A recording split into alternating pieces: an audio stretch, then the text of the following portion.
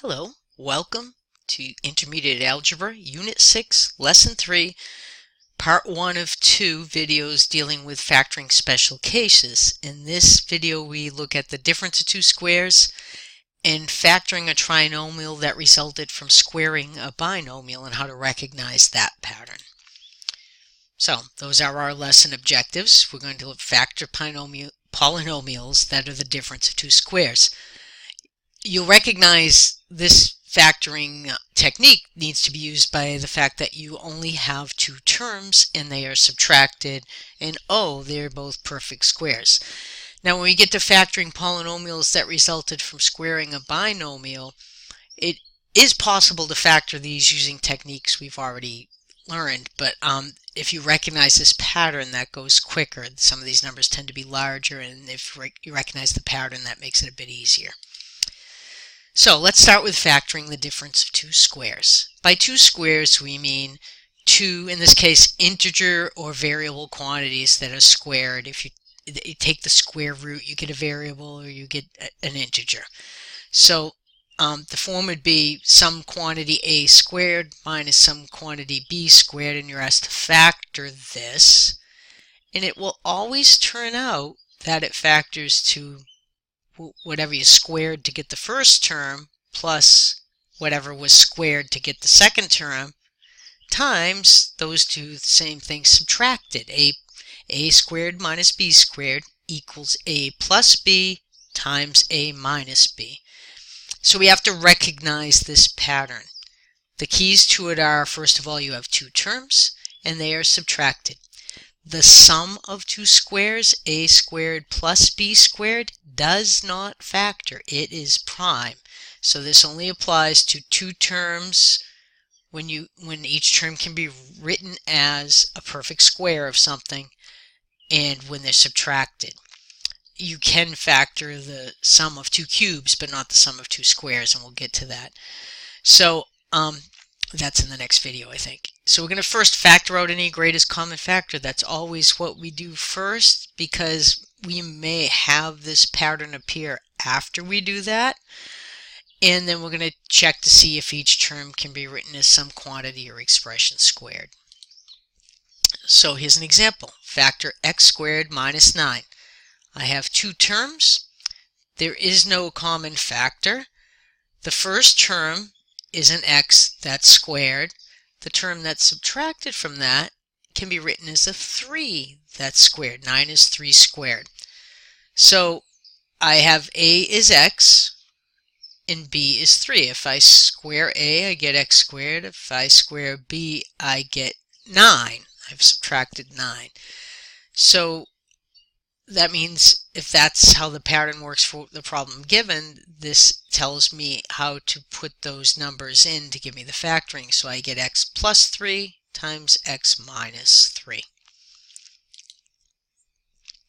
This may be helpful. If your number sense, your arithmetic facts just aren't that fresh, this becomes difficult because you don't recognize the patterns and you're not as quick with the numbers. So if you could learn to recognize that if x is your number, and in this column I put the square of the number, if you learn to recognize this right column as being the square of an integer, like if you see a 64 in your problem and you go, oh, that's one of those perfect squares, then you can always take the square root in your calculator and find that it's 8. But you need to at least know enough to recognize that these numbers are perfect squares. It's probably actually helpful to be able to go all the way up to 20, but there are tables available that go up to 20 with squares and cubes. I'll make sure those are available to you too, but having this right in front of you right now might be helpful.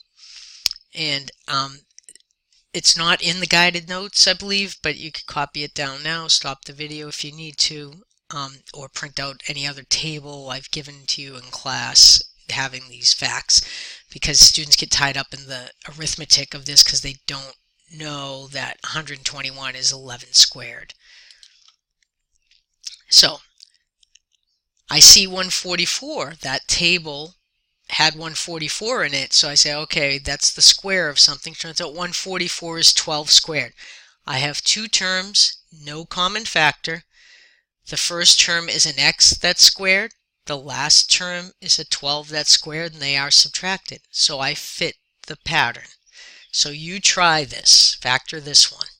Stop the video and then look at the answer. Okay? I set that one up pretty well for you, so here it is. You should have got x plus 12 times x minus 12. So this one has a difference. It doesn't just have a 1 in front of the x squared. 1 is a perfect square, but so is 64. To get 64x squared, we can square 8x. So you need to recognize that 64 is 8 squared, and then it turns out if I put parentheses around this 8x and then square the whole thing, I would square the 8, square the x, I get 64x squared. 121 is 11 squared. So I've identified what a and b are to make this fit the pattern a squared minus b squared. So my factoring will fit this pattern a plus b times a minus b. A is 8x, 8x plus 11 times 8x minus 11. Now you're going to try this one, and I'm not going to give you as many hints as last time. So stop the video and try this one.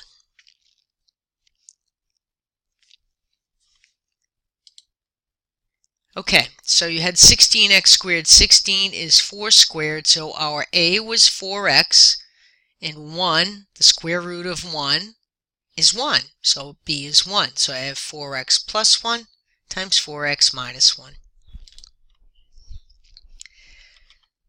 Now, this one introduces, we have coefficients in front of the x squared, but we have another variable. Don't let that make you too confused, because really you still follow exactly the same pattern. 49x squared can be written as 7x, the whole thing squared. 25y to the 4th can be written as 5, because 5 is the square root of 25, y squared. So if I do 5y squared in parentheses and square it, I do get 25y to the 4th. The exponents will multiply on the y. So I can identify an a and a b. A is 7x, b is 5y squared. So I get 7x plus 5y squared, 7x minus 5y squared. Now when it happens that you have variables raised to the 4th power, you always want to check and make sure this difference doesn't factor again. You will see some of those. Sometimes you can factor one more time. But for this one we're done, because 7 isn't a perfect square and neither is 5. So now you try this one. Identify your a and your b. It very much fits the pattern of the last one. Stop the video and then come back and see how you did. Okay, you're back. Alright, let's see. We get that 4m squared is the same as 2m whole thing squared. 81n to the 4th is, a square root of 81 is 9. That's where that 9 comes from. N squared whole thing squared. So I have a is 2m and b is 9n squared. 2m plus 9n squared, 2m minus 9n squared. Hopefully you're starting to look at these and go, oh, wait a minute, these are kind of easy. Now you could factor these like a trinomial with a 0 in the middle. That's the other thing you could do, but it's easier to recognize this pattern. So for this one has a common factor. And if you don't remove it, you say, well, 7's not a perfect square, 28's not a perfect square, so this doesn't factor. That's not true.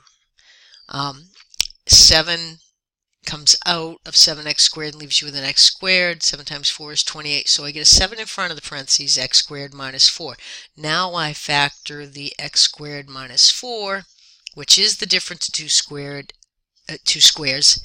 A is x, b is the square root of 4, which is 2. So I have 7 times x plus 2 times x minus 2. So try this one. You need to take out a common factor will be my hint. Stop the video and then come back and see how you did.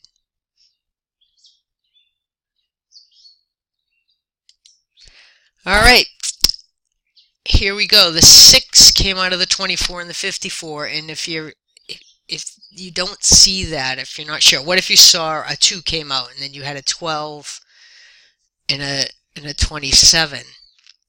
Well, maybe then you see, well, 12 and 27 still have a 3, so that means you should have taken out a 6 if you take a 2 out and there's still a common factor of 3 left. You should review your multiplication tables. If they're not good, you should know up through the 12, certainly, because that makes this go quicker for you. You're never going to have a test without your calculator where you have to multiply, but for this process, it's easier if you recognize the multiplication facts. So I remove the 6, and that leaves me with 4x squared, because 6 times 4 is 24. And then the minus 54 becomes minus 9, because 9 times 6 is 54. If I were to distribute the 6, I'd get back my original problem. But now I look in the parentheses. Now I can still factor this. 4 is a perfect square, x squared, so I get x squared is a perfect square, so I get 2x is a, and b squared is 9, so b is 3. 2x plus 3, 2x minus 3, and notice I keep writing the 6. Alright, so that was it for a difference of 2 squares. Now what we're going to do, you can do in this next part, you could do this using your other techniques, and you actually could have done difference of 2 squares using the techniques for trinomials by putting a 0 in the middle for that middle term and finding the factor pairs that worked out so you had 0 for your middle term. But sometimes it's easier if you recognize a pattern, or you'd be a little quicker at this. Let's take a look at x squared plus 6x plus 9.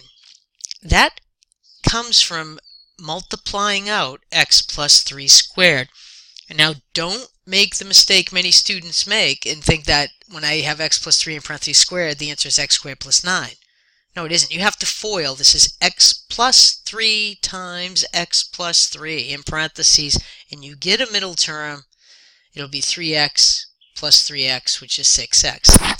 And what you notice is the first term is a perfect square, the last term is a perfect square, and the last term is positive every time. You might have a negative middle term and still be able to use this pattern, but you have perfect squares at both ends. So what you do then is figure out, well, we'll call that a squared, we'll call that b squared. So a is x, b is 3. So if I have 2 times a times b in the middle, then I fit this pattern where I have a plus b squared, or if this were minus 6x, I'd have a minus b squared. So in this case it does fit, because 3 times x is 3x, I multiply that by 2, I get 6x. So that means this factoring will work. If I multiply this out and do it correctly by writing x plus 3 times x plus 3 and foiling, I get back x squared plus 6x plus 9. So sometimes these are called trinomial squares. So this is the steps I kind of just described. 2 terms must be a squared and b squared. I put them in order, so those terms are at the ends and the other term is in the middle. No minus sign before a squared or b squared. Note that this is positive and this is positive. And if you multiply a times b, in our case x times 3, and double the result, x times 3 times 2 gives me 6x, we should get twice AB, or negative 2 times AB. If it's negative, it just means that we're going to use b as a negative number. If you have the middle term subtracted, then b is a negative number. So let's look at this one. Is x squared plus 10x plus 25? Does this pattern apply? Is this the square of a binomial? Well, I have a squared at the beginning. That's a squared, so a is x. Square at the end. B squared, so b is 5. X times 5 times 2 is 10x in the middle. So I do have this pattern, and since that's added, I have a plus b whole thing squared, which is x plus 5 whole thing squared, is the same as x squared plus 10x plus 25. If this had been x squared minus 10x plus 25, I would have had x minus 5 squared, but note the two ends would still have to be positive for this to work. Now in this one, I'm not going to look to apply this pattern because 13 is not a perfect square. And as a matter of fact, this one doesn't factor because there's no factors of 13 that add up to 8. So you know that one is prime, is the way we say that. So here are the two patterns written out with addition and subtraction. If you can identify an A and a B such that the middle term is 2 times A times B in this addition, once you identify A and B, you know this is how your factoring goes. It's A plus B in parentheses, whole thing squared. If you have subtraction instead, you still identify A and B the same way. It's just you put a minus in your parentheses when you factor.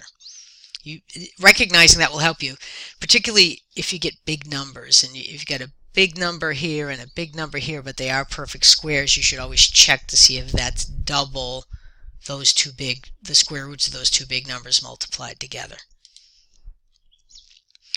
For example, in this one, you could do this with the Guess and Check or by writing out the key number method, finding all the factors of 9 times 25. That's a pretty big number.